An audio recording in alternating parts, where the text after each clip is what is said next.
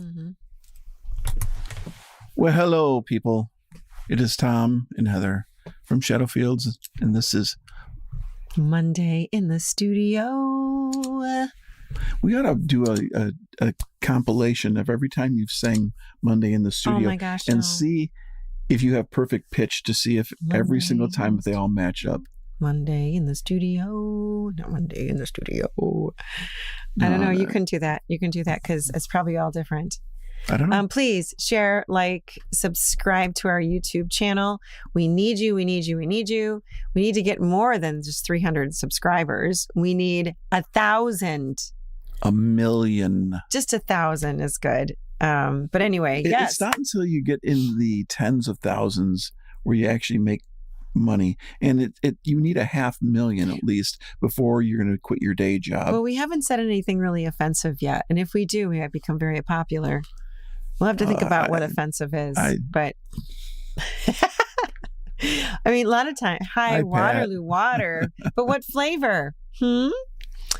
And I have not even fun water. I mean, we're talking Schaumburg water, but it's filtered, right? Is it reverse osmosis? It is like 7-stage reverse osmosis.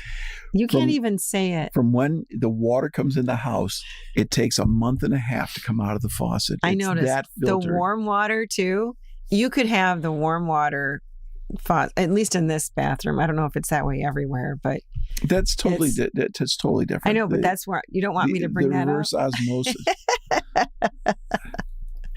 Well, when you have a reverse osmosis. Reverse osmosis, that's in the kitchen. Yes. It's in the kitchen. Yeah. So anyway. Yes. Nectarine. Oh, you're so fancy. I have no drink at all. No drink at all. It's a little flying coaster. Yeah. So what's been happening this week? You got anything new in the studio? Gear-wise? Yeah. No. Believe it or not, this is getting a little boring. I know. I've really slowed down. Last year was such a heavy year. We're not going to talk about it, though. The factor. Just, I'm scolding. So, Fancy's his middle name. All right. So, you have no gear. I did not buy any new gear at all. No. I did buy. Okay, maybe this is exciting for somebody. Mm-hmm. I doubt that. What I bought was Mandocello strings. Those are big strings, aren't they? They're very much like bass guitar strings. Yeah. The lowest string is a 75.075 of an inch. It's a very large string. It's very thick. Very thick. The Mandocello that I have, it's made by Eastman. Mm-hmm. And they basically took a jazz guitar and they drilled it out for 8 strings instead of 6. Yes. So the neck is wider than you would want for a Mandocello. Yeah. And the string spacing that they chose on it, they chose it to be cosmetically pleasing, but unplayable. Oh. But you seem to be able to play on it. It's pretty hard. Okay. When you're talking about a mandolin family instrument, there are 2 strings in a course. So there's 2 G strings, 2 D, 2 A, correct, and 2 E's for a mandolin. Yes. And when you're playing them, you have to hit both those strings in that course together. Yes. And with the Mandocello, you can't use the tip of your finger between the 2 strings. Yes. Because you do that and the strings just go like that. So you had to hit the flat of your finger, which makes it very difficult to play that way. And especially with such a large neck, it's hard to play it clean. Yes. And it's a clanky instrument. So I figured I'm working with a luthier named Dale Ludwig. Love him. He's worked on my mandolin and bouzouki and my bouzouki. Yeah. He's worked on a lot of things. He's a family for friend. me. He's just a good guy. Friend. Yeah, and he's a builder. He makes some amazing mandolins as well. And so I took him the Mandocello and I said, "Give this some thought. It's not playable. what can we do to, and we went back and forth on some ideas, like, let's just shift all the strings towards the treble side, so it'll look funny, but it'll play better. Okay. That's what we ended up deciding to do. So you kind of had a little collaborative session. Exactly. And then he cut the bridge, and he cut off the top of the bridge and glued a new piece of ebony on top of it. You can't even tell. And so he can re-notch the bridge for the different string spacing now. That's great. That's great. So I'll find out. You had to buy the strings to give to him. Well, yeah. The strings I'm using right now are round wound strings, which are bright. This thing is already bright. I don't want it any brighter. Right. I liked it to be a little bit more muted and a little bit feeling like a little bit higher tension. And I thought I could get that out of flat wounds. But nobody makes flat wound mandocello strings. So I had to go to Strings by Mail.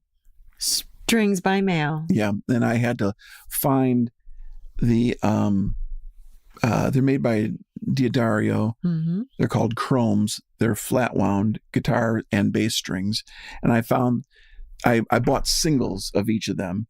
In some cases, like that single string was like $7, and I need two of each of those. Right. So it ends up being like a $50 set of strings. Yes. But so I guess you bought something. I did buy that, and it was gear. I'm taking it to him tomorrow. So he can fit these new strings on it, and we can play around with it and see if it works better. Yeah, you got to bring your baby home. Yeah, maybe I'll write something on it if it's easier to play. No way. No, I don't know. I got some lyrics.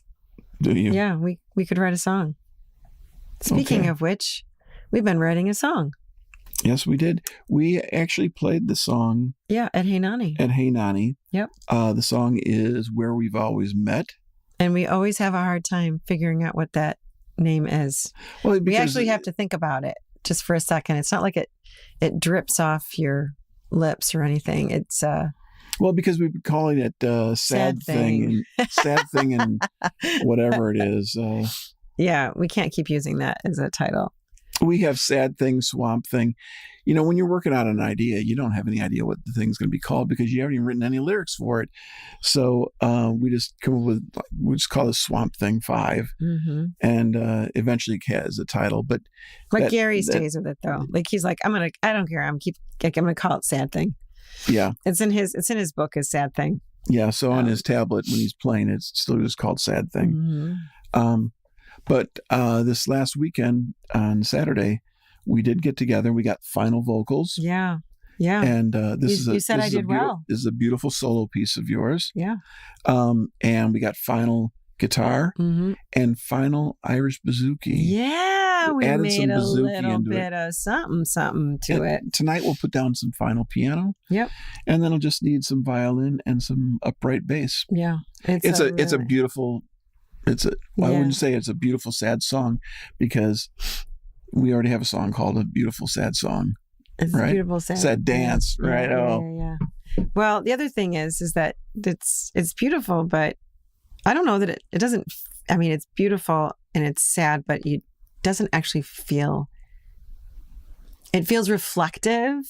It doesn't actually feel like you're gonna cry into your beer. You know why? Why? Because nobody knows what it's about yet. If everybody knew what it was about, that would be we don't tell anybody. Exactly. We never tell anybody. No, that's the bonus of it is that with these lyrics, you can actually it's about a squirrel that fell out of a tree. No way. Oh my gosh. Why do you give these things out? These are secrets. These are secrets only we're supposed to know. Another big thing happened this week. Actually, you just pushed the button on something. So there was a song. There's a song that Tom brought to me, and I'm like, that's not a Shadowfield song. You should just release it on your own. And I think you were offended by that, I think, weren't you, originally? I determined at that point I was never going to write a Shadowfield song again. I was like, well, this is a great song if it's not good enough for Shadowfields, and I'm not sure what it's going to be good for. Yeah, but it wasn't. It didn't feel like a Shadowfield song. It was like very piano led. And we had talked about doing much more with instruments and rather than just basic foundation of piano. But anyway, you chose to put that into your album. Well, all right. I've been working on my solo album, and thank you, Pat. Pat is the drummer on the album, and so after you get top billing, Pat. I know it's because it's Alpha, but I mean, you get top billing. Moving on, because I had all this extra time. We finished the album in March. Yeah, it was done. It was mastered. I had the DDP. A DDP is a digital. It's a production thing. It is the file that they put in the machine to make the CDs. There's nothing that anybody touches at that point. It is this one file. Final. Yeah. It is the thing. And from the DDP burner, you can make CDs. Like I could burn a CD right now. Yeah. Of the exact album. But anyway, so it's been like over 3 months or 2 months since I finished it. But you've been talking back and forth with the... we've been going back and forth. And at some point I figured, well, if I'm going to do that song, it really fits thematically with the in the process of album. Yeah. So I decided to finish it up. And so it was just a couple weeks ago. I just spent the weekend as usual. It was kind of like old times again, I have the piano set up. I've got my guitar amps all set up and a pedal board, and I have my various instruments in here, and I recorded every bit of it all in 2 days. And you retrofitted it a little bit, like absolutely, because it was this way, and then it was like, okay, we have to fit it into this album. How do we do that? Well, and so that was because that was the artistic piece. The album starts off with an overture, which has themes of every song in it. Yep. Except the opening theme of the overture is not in any song. I know. So what I did, being the clever person I am, I took that little opening snippet and I made it the opening of the new song. And then it comes in every once in a while as like little intros to go in between verses. It's a creepy sound. Yeah. Because it's a major... It's not even creepy, though. There's part of it that's a little bit like... Well, you're in a minor chord going to a diminished minor. It's very... There's definitely a feeling, like a haunting feeling. It absolutely has that. Yeah.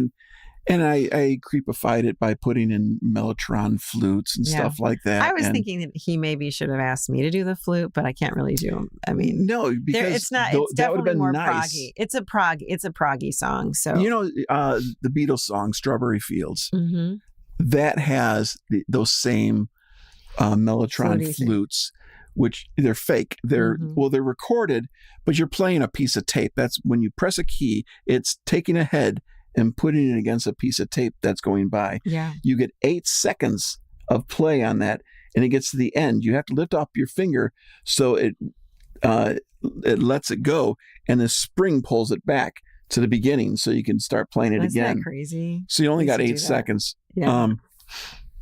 Obviously, I didn't need 8 seconds because it's just ding, ding, ding, ding, ding. It's perfect. No. Anyway. It's perfect. So let me just say, it's a great song. I enjoy listening to it numerous times, and it's going to fit really, really nicely. And now your album is you push the button on the. Well, I'm not finished with the story. Oh, it's the longest story. Yeah. So I need to have drums on this thing, and so I got hold of Pat and how can we do this? Hello, Pat. Can we do this very fast? And so I took off work on Friday. I worked a half a day, and then the second half of the day, Pat came in, put down his drums, and then the next day after that, then I re-sang a bunch of vocals and added some string lines, added some choir things. So I added a bunch of other parts, and so pieced it all together. Yes. Had it done. Yesterday morning, I was finished with the mix, sent it off to Tom Waltz in Boston. He got it back to me late last night, and I listened to it and was like, well, I guess that's great. Done. Yep. So I contacted him this morning. I said, how long would it take you to get me the DDP? Because now we have to add this other song to the DDP. Right. So he has to rework the DDP. He had it back to me in an hour. Nice. So that was pretty nice. And I was happy with that. And I did sit for this morning a little bit and I listened to the whole album. And you got emotional. Yeah, it was pretty moving because this Very is cool. It's a very personal album. personal project. Very personal. And, I wrote from the heart. Mm-hmm. So yeah. And that's actually the best thing. Yeah. If it was just a bunch of stuff that you thought other people were going to like, what is that? Yeah, exactly. So, well, it's really great. Hope you guys all get an album of this. It's called In the Process of by Undoubting Thomas. So that'll be out there when? I don't know. What we were getting to was I just approved the artwork. That's right. Bing! We've been going around and around and around and around, because I'm working with a record label on this. So it's not like I just have to ask Heather, is this okay? Because on Shadowfields, if we like it, it's a done deal and we're going to put it out. In this case, I didn't design it. I gave some ideas, but I didn't design it. And so a guy named Scott Waters from the record label, he did a really nice job, though, in creating, putting together all the elements. And isn't that what you want? You want someone to go, okay, well, I want this, I want that, and I want that. And then have someone kind of blend it all together with colors, with the fonts. Everything is just fantastic. Yeah, the colors that he used and everything on that. They're the things that I wouldn't have thought to do. Yeah. And so I know what I would have come up with. So it's always difficult when you see something that's so personal, but now this is somebody else's angle on it. Yeah. And you're like, oh, well, I wouldn't have done that. Yeah. But then you're like, but the whole package fits together. Yeah. And it is beautiful. So I'm really looking forward to it. I assume it's going over the copy editor. John DeLaurentis is looking at it, checking out to make sure there's no typos or anything like that. From there, it goes to manufacturing. Yay! And so I would assume within a month or two, the album will be out finally. And we'll let you all know. And this will be you have to figure out how to do some good marketing. So we'll make sure that we do definitely do marketing. Okay. Well, okay. So, and we've written a song. So on Saturday, not only did you do your piece of that one song, but we also did some work on the morning on final vocals. And the thing that what we spent a little bit of time on was discussing the microphone. And I want to talk to you about that because I used to have a different microphone. We've gone through multiple microphones with you. Well, there really only been 3. No, there have been 4. 4? Mm-hmm. The first one was the first horrific. Well, I don't. You can't say it's not a horrific microphone. Well, no, it just my vocals sounded really raw and too edgy on that one. It wasn't. All of these microphones that we've used on your voice, every one of them is a tube microphone. Yes, that means there's a vacuum tube in the inside of each of those microphones. Yes, and the first one was Audio-Technica 4060, which is their nicest tube microphone that they make. And for some voices like Avel, it was the perfect microphone for Avel. Yeah. But we found after trying it for a while, it just wasn't the right mic. Yeah. The microphone, what is the microphone picks the person or something like that? Yeah. It's kind of like the Harry Potter wand kind of thing or something like that. And I remember coming in here very, very young to studio life. And I was listening to how I was singing coming back at me. And I used to leave with a CD every single time. Yeah, we'd work on something, that. And I'd buy those 100 packs of CDs. We went through so many CDs. Because every time we were together, twice a week, we'd have another CD. Yeah. So I'd go home and I'd be like, oh, like my vocals, I'm terrible. It was not a good presentation of like what my vocals really sound like, I don't think. And then you had to do so much of working if we threw that microphone up here right now, it wouldn't be bad. You wouldn't go, oh, it's terrible. You mean I've improved? Yes. Isn't that nice to know? Mm-hmm. All right. So then the second one was what? After that, Then we switched you over to using a CM7 for a while. That was a CM7 is a U47 clone made by Wonder Audio in Texas. But that's the one I was on the majority of time on all the prior albums. So, on the earlier albums. Yes. But then we decided that there was a point in time where we decided we want to sing at the same time. That was on some of these crazy, songs. wasn't it? Yeah, we don't do that anymore. Oh my gosh. Because if one of us makes a mistake, you got to start all over again because you're in the same room. You're only a couple feet apart. You can get your parts together so perfectly. But the problem is... And there's also bleed, though. There's bleed. The bleed, it makes it impossible. From one mic to another. You have to sing perfectly. If I sang one note slightly flat, I can't fix that because now it'll shift Heather's voice as well. Well, the problem is that I was perfect and, well, Tom was that's not what I was going to say. All right. So the CM7, and then that was the CM7 was a U47 clone. Yes. So then we bought a CV4 made by Mic Tech in Nashville, and I bought into the hype. That was one of the very few times I bought something by buying into the hype that you were propagandized. Everybody was saying, this is as good as a U47. We got it, and we had it for a year, and I hated it. It was really harsh. I have a peak at 2.1K in my voice. When I start singing higher, there's an edge right there on my voice. Yours is right about 3K. Yeah. That there's an edge. That microphone accentuated that drastically. So after a year of not using the thing and thinking, I got to get rid of this, I decided to contact a guy named Ben Sneesby from Bee's Knees in Australia. And that's how I got involved with them. And I ordered up a capsule and I got one of his capsules, which is a K47 style. And you retrofitted it. I modified. You're into retrofitting. Yes, I modified the microphone and it went from being unusable to being your main microphone for 3 albums. Yeah.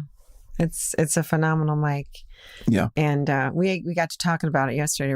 He's like, yeah, you still like your mic? And I'm like, yeah, still like the mic. Well, that was the CV4. Then I bought about 4 months ago, right around Christmas, I bought a M49 clone by Bee's Knees. Yeah. And that's what you used on. And it's a very pretty mic. You don't have it out. No, I don't have it out. I use that. We used it on this latest song. A U47 can be a little cloudy in some ways. It has a lot of very chesty. It's very good for like a crooner, but it doesn't have the top end airiness that you might want to feel. You might want to hear with a female vocalist, and so the M49 captures that perfectly. Yeah, it was very the presence of my vocals were just like right there.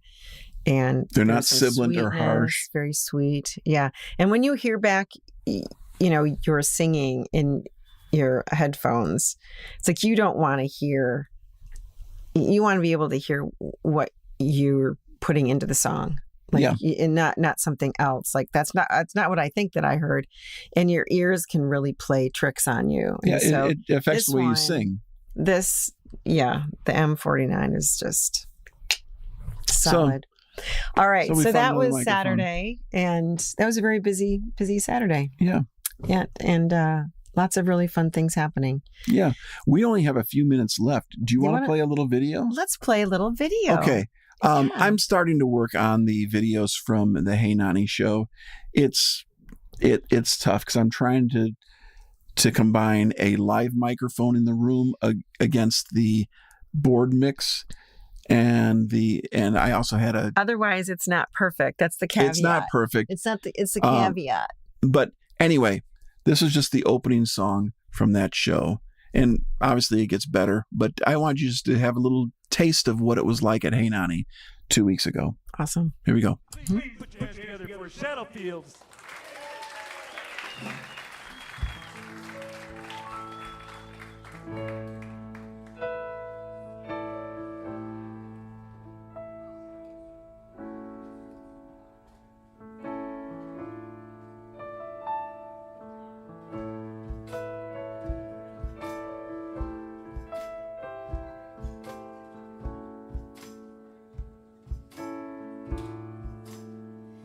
a wonderful world. We all get along. Our hope is strong. Together we'll sing in a song.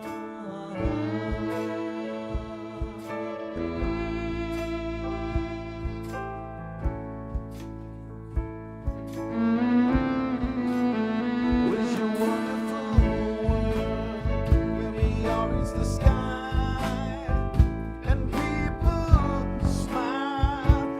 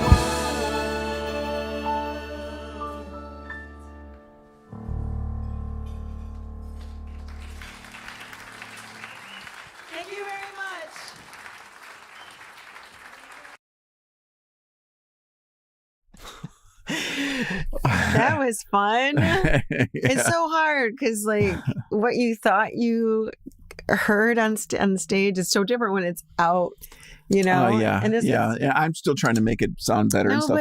but you did a really nice job. Yeah. I'm still there's working on it. So many competing things in that, because you've got the room noise plus the camera angles. Yeah, and it's a bit to wrestle with, but it's great though. Nice job. Anyway, it was a great memory. Yeah. And thank you so much for doing that. Okay. And we got thanks for being with us tonight. 20 more songs I think you got to do, right? Don't do them all. Yeah. Yeah. Thanks for being with us tonight. And gosh, it's summer. It was 83 degrees today. I won't tell you that because that'll just make you angry. Have a great night, you guys. Have a great week. And we will talk to you next week. All right. More Monday in the studio. Good night, everyone. See you later. Bye. Mwah.